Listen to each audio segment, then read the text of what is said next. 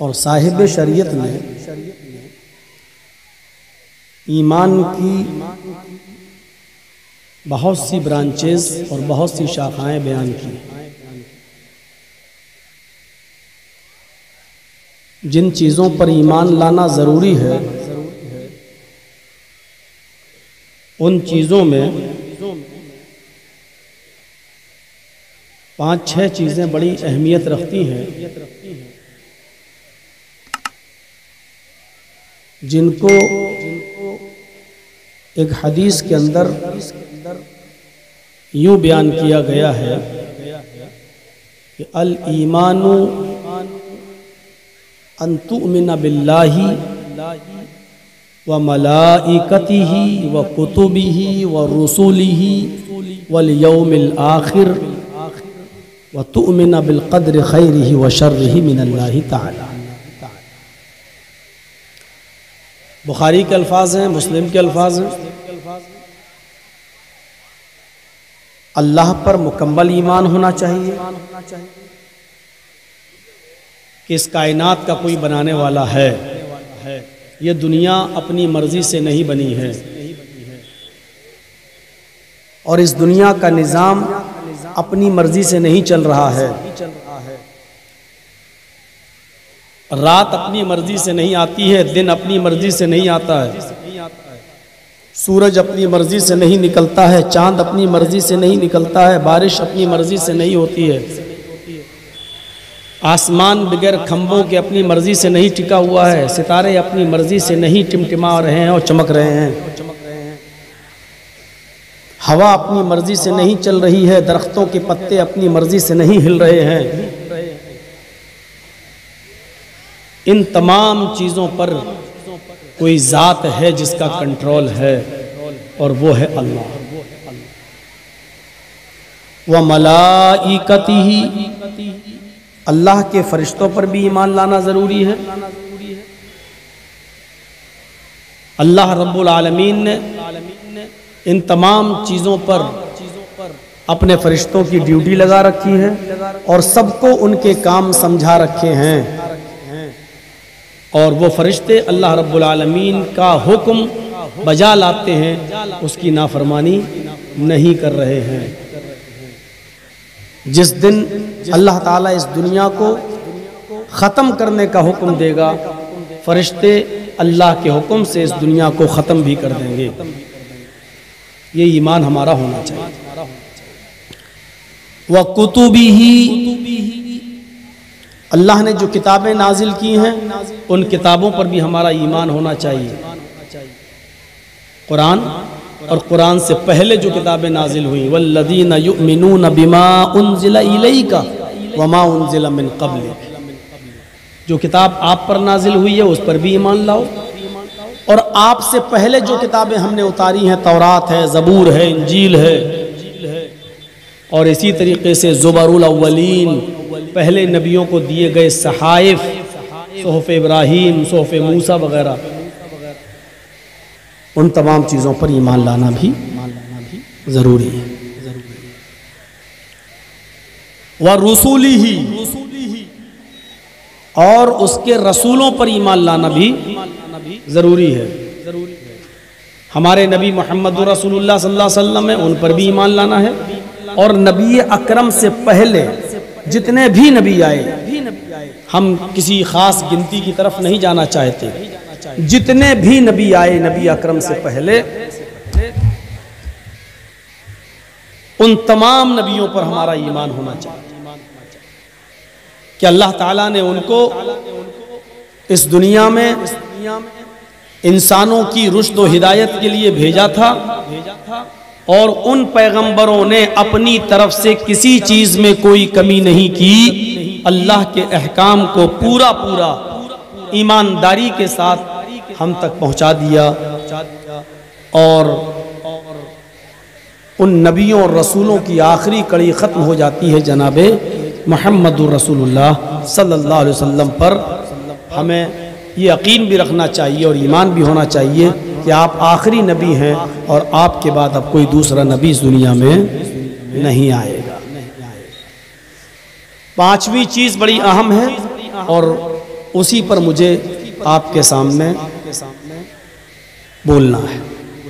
वल यौमिल आखिर, day of judgement, फैसले का दिन, कयामत का दिन। इस पर भी ईमान लाना है कि एक दिन आएगा,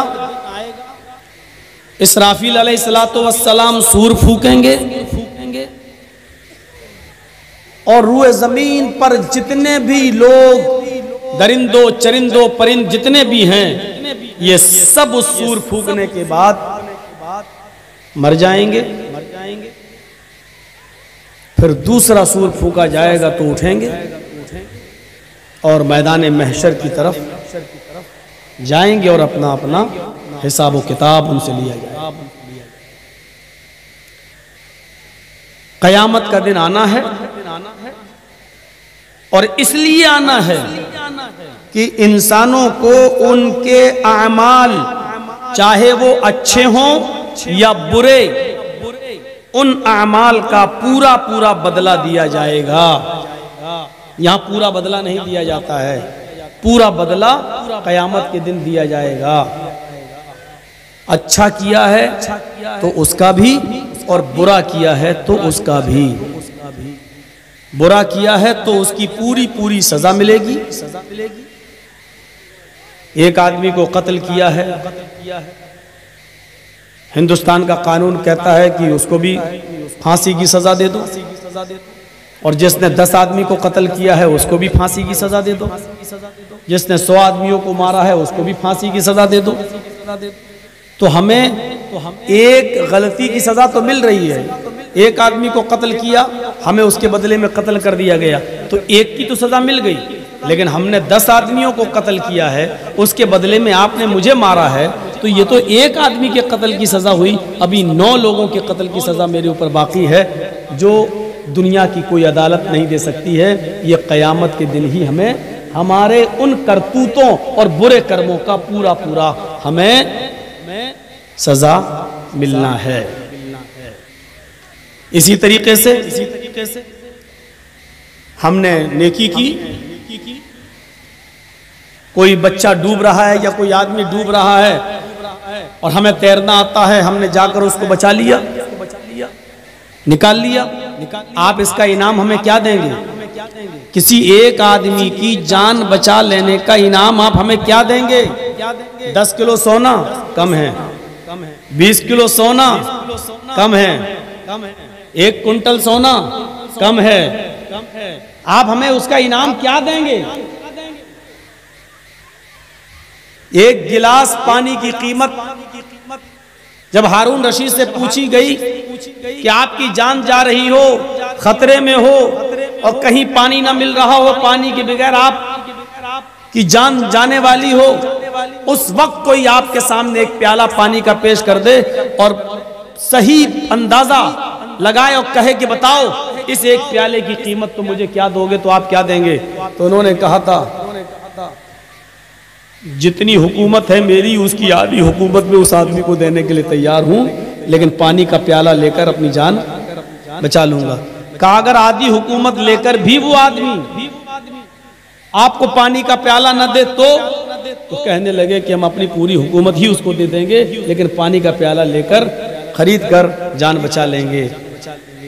अपनी जान बचाने के लिए पूरी दुनिया, पूरी सल्तनत और पूरी हुकूमत देने के लिए तैयार हैं, लेकिन ये भी उसका पूरा पूरा इनाम नहीं। तो आपने अगर कई लोगों की जान बचाई है तो दुनिया में कोई बादशाह और दुनिया की कोई हुकूमत आपको उसका इनाम दे ही नहीं सकती। इसका पूरा का पूरा अज्र और पूरा का पूरा इनाम कयामत के दिन अल्लाह ताला ही देगा। तो कयामत के दिन पर और आखिरी चीज व तुमिन बिल क़द्र खैरिही व शर्रिही मिन अल्लाह ताला, अच्छी और बुरी तकदीर पर ईमान रखना। ये मेरी किस्मत में लिखा था, मेरे साथ ये हुआ, और जो अल्लाह ने मेरी तकदीर में लिखा होगा वो होगा। हमें उतना ही रिज्क मिलेगा जितना मेरी किस्मत में लिखा है। अल्लाह की कसम, 1 रुपया भी आप अपनी किस्मत से ज्यादा नहीं ले सकते हो, और 1 रुपया कम भी आपको नहीं मिलेगा। आपकी तकदीर में, आपकी किस्मत में जितना है लिखा उतना ही आपको मिलेगा। तो अच्छा या बुरा जो भी हो रहा है या हुआ है मेरे साथ, ये हमारी तकदीर में लिखा हुआ था, इस पर ईमान। इन चीजों में जो अहमियत रखती है चीज, वो है वल यौमिल आखिर, क़यामत का दिन, जिससे हम गाफिल हैं। क़यामत को हम फिक्र आखिरत के मौजू का नाम दे सकते हैं, क्योंकि उसमें 2-3 चीजें आ जाती हैं जो क़यामत से टच होती हैं। पहली चीज, क़यामत के आने से पहले हमारा मरना जरूरी है। दूसरी चीज, मरने के बाद हमारा जिंदा होना भी जरूरी है। जब तक हम जिंदा नहीं होंगे, क़यामत के मनाजिर को देखेंगे कैसे। और तीसरी चीज, जिंदा होने के बाद हिसाबो किताब होगा, और हिसाबो किताब के बाद फिर हमारी तकदीर तय करेगी हम जन्नती हैं या जहन्नमी। जन्नत में गए तो वहां का हाल क्या होगा, और जहन्नम में गए तो वहां का हाल क्या होगा। ये चीजें ताल्लुक रखती हैं आज मेरे मौजू से। मरना जरूरी है, पहली चीज, और ये बिल्कुल सच्चाई है। हमारा मौलवी जर्जीस का सबसे बड़ा दुश्मन भी हमारी बात को मानेगा, और वो ये कहेगा कि जर्जीस साहब और बातें सही बोलते हैं या नहीं मैं नहीं जानता, लेकिन उन्होंने ये कहा कि एक दिन मरना है, ये सही है। कुल्लु नफ्सिन ज़ाइक़तुल मौत व इन्नमा तुवफ़्फ़ौना उजूरकुम यौमल क़ियामह फमन ज़ुहज़िहा अनिन नारि व उदख़िलल जन्नत फ़क़द फ़ाज़ वमल हयातुद दुनिया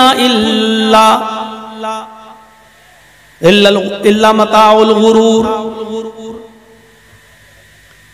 गौर से देखिएगा और सुनिएगा, यहां अल्लाह ने हर नफ्स को, हर जानदार को मौत का मजा चखने के लिए कहा है। कुल्लु नफ्सिन ज़ाइक़तुल मौत।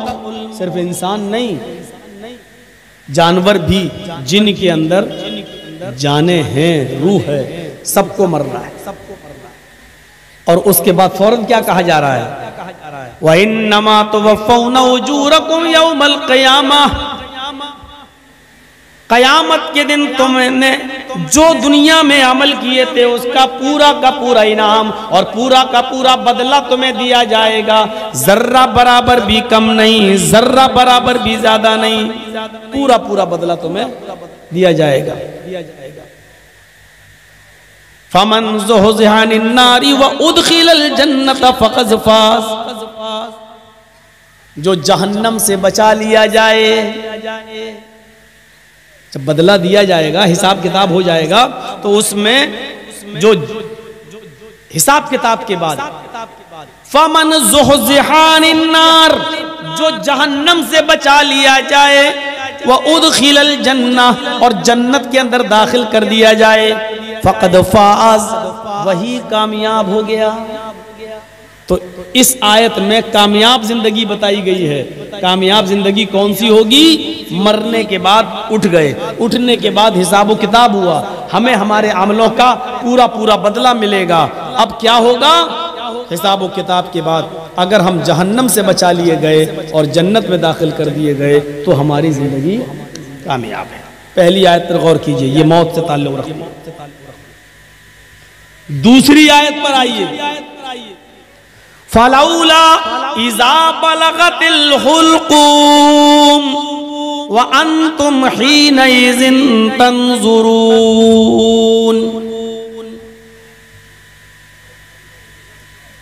जब ये रूह तुम्हारे नरखरे तक, तुम्हारे हलक तक पहुंच जाएगी, मलकुल मौत जब रूह निकालता है तो ये रूह सबसे पहले यहां से निकलती है, पैर के पंजे से, यहां से। और आप देखिएगा किसी मरने वाले के करीब बैठिएगा तो सबसे पहले ये हिस्सा उसका काम करना बंद कर देता है, फिर उसकी रूह खींची जाती है और आगे तो पिंडली पे आती है। जब पिंडली पे आती है यहाँ पर तो फिर ये हिस्सा बेजान हो जाता है, ये काम करना बंद कर देता है। फिर ये रूह मलकुल मौत खींचता है तो घुटने पे आती है, घुटने से नीचे का हिस्सा बेकार हो जाता है। फिर रूह खींचता है तो रान पर आती है और कमर से नीचे का हिस्सा बेकार हो जाता है। उसके बाद रूह खींचता है तो ये रूह सीने तक आती है और सीने से नीचे का हिस्सा काम करना बंद कर देता है। फिर ये रूह हलक तक आती है और आदमी की आंखें खुली रह जाती है। देखिएगा, बड़ी हो जाएंगी, बड़ी हो जाएंगी। रूह यहां तक आती है और नाक और कान और आंख के रास्ते से ये रूह निकल जाती है। खींचता है फरिश्ता तो ये रूह यहां से निकलती है, नाक, कान और आंख के रास्ते से। कुरान ने कहा फलौला इज़ा बलगतिल हुल्कुम, जब ये रूह निकालते निकालते मलकुल मौत तुम्हारे हलक तक पहुंचेगा, व अंतुम हीनइज़िन तंजुरून, उस वक्त तुम इसको अपनी आंखों से देख रहे होते हो और उस वक्त सबसे ज्यादा हम ही तुम्हारे करीब होते हैं। अल्लाह कह रहा है वनहनु अक़रबु इलैहि मिनकुम, उस वक्त सबसे ज्यादा हम ही तुम्हारे करीब होते हैं, हम ही तुम्हारे करीब होते हैं। इन कुंतुम गैर मदीनीन, अगर तुम्हारे ऊपर किसी ताकतवर की हुकूमत नहीं है, तुम सबसे बड़े ताकतवर हो, तुम सुपर पावर हो, तुम मुल्क के मालिक हो, दुनिया के मालिक हो, तुम अपने आप को शक्तिशाली समझते हो, सुपर पावर समझते हो, तरजिऊनहा, तो जो रूह निकालता है मलकुल मौत, उससे रूह को छीन कर अपने अंदर वापस क्यों नहीं ले लेते? मलकुल मौत से झगड़कर, उससे लड़कर जो रूह खींच रहा तुम्हारी, उससे वो रूह छीन कर तुम अपने अंदर वापस क्यों नहीं ले लेते? अगर तुम्हारे अंदर ताकत है, सुपर पावर हो, दुनिया के मालिक हो, अगर तुम पूरी दुनिया पर हुकूमत चलाते हो, प्रधानमंत्री हो, वजीर आजम हो, प्रेसिडेंट हो, पूरे वर्ल्ड पर हुकूमत करने वाले सुपर पावर हो, तो फिर इतना छोटा सा काम क्यों नहीं कर लेते? उससे तुम रूह छीन कर अपने अंदर दोबारा वापस क्यों नहीं कर लेते? इसका मतलब यह है कि तुम यहाँ बेबस हो, यहाँ कमजोर हो, कोई है जो यहाँ पर तुम्हें बेबस कर रहा है और वही है अल्लाह। तो इस आयत ने भी हमें बता दिया कि मौत आनी, मौत से साबका हमें और आपको पढ़ना है।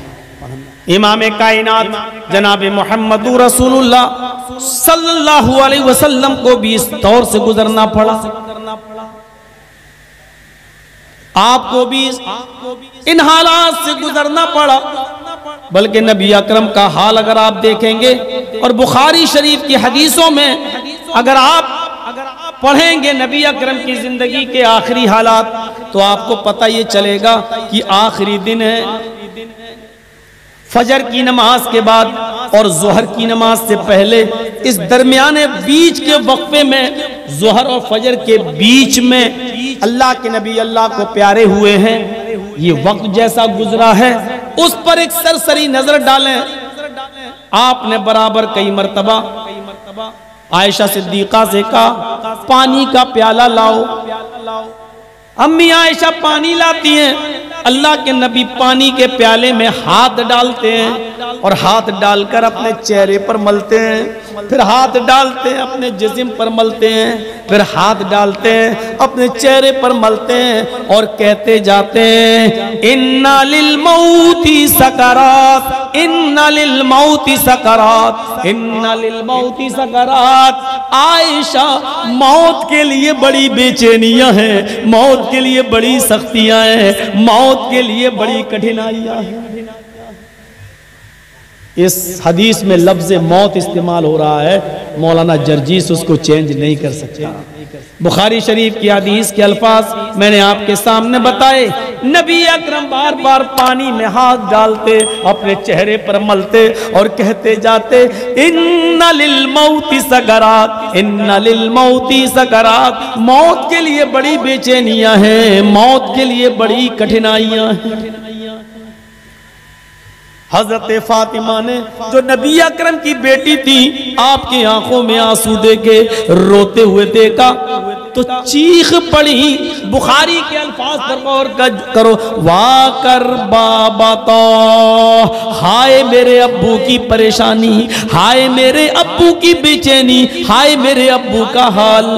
अल्लाह के नबी ने अपनी लख्त जिगर को, अपनी बेटी को इस पोजीशन में देखा कि वो मेरी परेशानी से परेशान हो रही है, तो आपने उसको पकड़ा, फरमाया बेटी तुम्हें रोने की जरूरत नहीं है, आज के बाद तुम्हारे बाप को कभी इतनी तकलीफ नहीं होगी, आज के बाद तुम्हारे बाप को कभी इतनी परेशानी नहीं होगी। यानी अल्लाह ताला ने मुझे बता दिया जिब्रील को भेजकर कि आज मेरी मुलाकात का वक्त है, अल्लाह से मेरी मुलाकात तय है। फातिमा ने जब ये सुना तो उनको और ज्यादा रोना आ गया कि आप हमेशा के लिए मुझे छोड़ के चले जाएंगे। आप तसल्ली देते रहे, आप उनको ढारस बंधाते रहे, लेकिन उनका रोना बंद नहीं हो रहा था।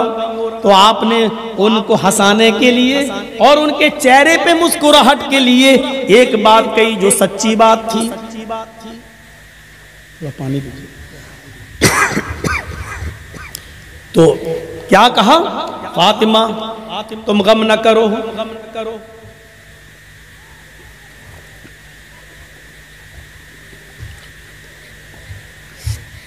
फातिमा तुम गम न करो, तुम परेशान न हो। ऐ फातिमा, अभी अभी जिब्रील आए और बताया फातिमा से कह दो, फातिमा तू सैयदतु निसाई अहलिल जन्नह। अल्लाह ने फातिमा को जन्नत की तमाम औरतों का सरदार बना दिया। इस खुशखबरी ने फातिमा के गम को थोड़ा हल्का कर दिया, थोड़ा हल्का किया, लेकिन मुकम्मल हल्का करने के लिए अल्लाह के नबी ने एक दूसरी बात कही, फातिमा परेशान मत होइए, मेरे बाद तुम्हारा ही नंबर है।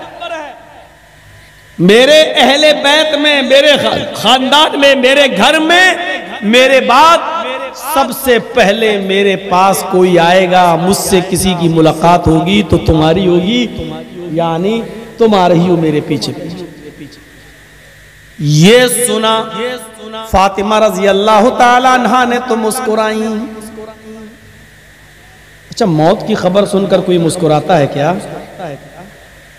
ये कहा कि मेरे बाद तुम्हारा नंबर, मेरे घर में सबसे पहले मुझसे, मेरे खानदान में सबसे पहले तुम मिलोगी, तो मुस्कुरा रही है। इसका मतलब ये होता है कि मौत मोमिन की नजर में बुरी चीज नहीं होती है, बल्कि मोमिन मौत को जितना करीब देखता है उतना ही वो खुश होता है कि मेरे रब से मुलाकात का वक्त है। आज हम मौत से डरते हैं, मरना नहीं चाहते हैं,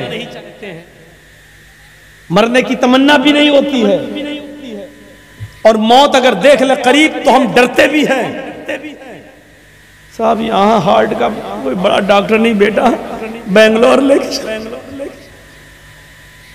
बेटा दिल्ली एम्स में लेके चलो। तो इसका मतलब ये है कि हमारे अंदर अभी ईमान की लज्जत और ईमान की चाशनी मुकम्मल तौर पर है नहीं। अगर हम मुकम्मल मोमिन होते तो मौत को अपने करीब देखकर हम डरते नहीं, रोते नहीं, चीखते नहीं, नफरत नहीं करते, बल्कि खुश होते।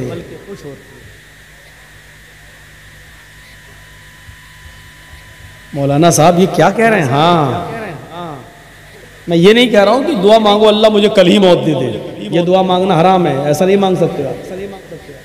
ये भी नहीं कह सकते अल्लाह मुझे मौत जल्दी दे दे, ये भी नहीं कह सकते हो। आप सिर्फ बहुत ज़रूरी हो, परेशानियां बहुत ज़्यादा हो, उलझने हो, टेंशन हो, तो आप इतनी दुआ कर सकते हो अल्लाह से, क्या अल्लाह अल्लाहुम्मा अहयिनी मा कानतिल हयातु खैरन ली, अल्लाह मुझे उस वक्त तक जिंदा रख जब तक मेरी जिंदगी मेरे लिए बेहतर हो, और जब मेरी जिंदगी मेरे लिए बेहतर ना हो तब तू मुझे उठा ले। ये दुआ बस कर सकते हो जब बहुत ज्यादा टेंशन और बहुत ज्यादा उलझन हो तब। लेकिन हम मौत की तमन्ना क्यों करते मालूम है? 5 बेटियां हैं, 6 बेटियां हैं, इनके जहेज कैसे होगा? आजकल बगैर गाड़ी दिए हुए, बगैर इंटरनेशनल भिखारी का पेट भरे हुए हमारी बेटी की डोली नहीं सजेगी। इसलिए हमें हमारे टेंशन इतने हो गए हैं जिंदगी में कि हम उसी से कहते हैं इससे बेहतर है कि मर जाए। ये हमारे अपने टेंशन है, ये हमारी अपनी उलझने हैं। अल्लाह के नबी का फिर यह हाल था। अचानक होंठ हिलने लगे और आवाज बंद हो गई। होंठ हिलते हुए अम्मी आयशा ने देखा तो अपने कान लगा दिए। देखें कोई खास बात तो नहीं कह रहे हैं जो आखिरी वक्त में हम उसको सुनने से महरूम रह जाएं। कान लगाती हैं तो क्या सुनती हैं? होंठ हिल रहे हैं और अल्लाह के नबी ये जुमले अदा कर रहे हैं, अकीमुस्सलाह औ मा मलकत अयमानुकुम, नमाज पढ़ते रहना, लोगों नमाज पढ़ते रहना और अपने गुलामों का, अपने मातहतों का ख्याल रखना। जो तुम्हारे नीचे काम करते हो गुलामों, उनका ख्याल रखना। जो तुम खाना वो उनको खिलाना, जो तुम पहनना वो उनको पहनाना। उनकी ऊपर जरूरत से ज्यादा बोझ मत डालना। अगर कोई मुश्किल काम उनसे करा रहे हो जो वो कर न सके तो उनके काम में तुम भी उनकी मदद करना। एक तरफ अल्लाह के हक से जोड़ा, नमाज पढ़ते रहना, दूसरी तरफ बंदों के हक से जोड़ दिया कि अपने गुलामों का, तुमसे नीचे जो लोग हों उनका ख्याल रख। और उसके बाद खजूर के पत्तों से बनी हुई छत, उसी पर आपकी आंखें टिक गई, आंखें खुली की खुली रह गई। और कायनात को रोशन करने वाला सूरज, पूरी दुनिया को चमकाने वाला सूरज अपनी आंखें खोलकर जोरदार अल्फाज में ये जुमले अदा करके हमेशा हमेशा के लिए ये सूरज अपनी रोशनी से बेनूर हो जाता है।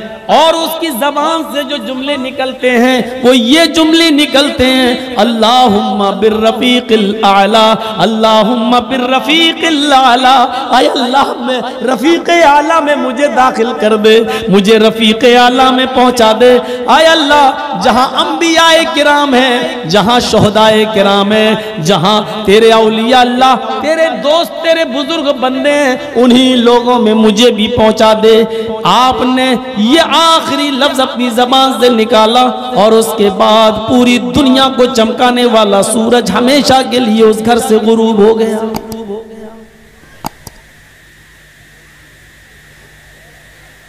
फजर और जुहर के बीच में आप इस दुनिया से रुखसत हुए।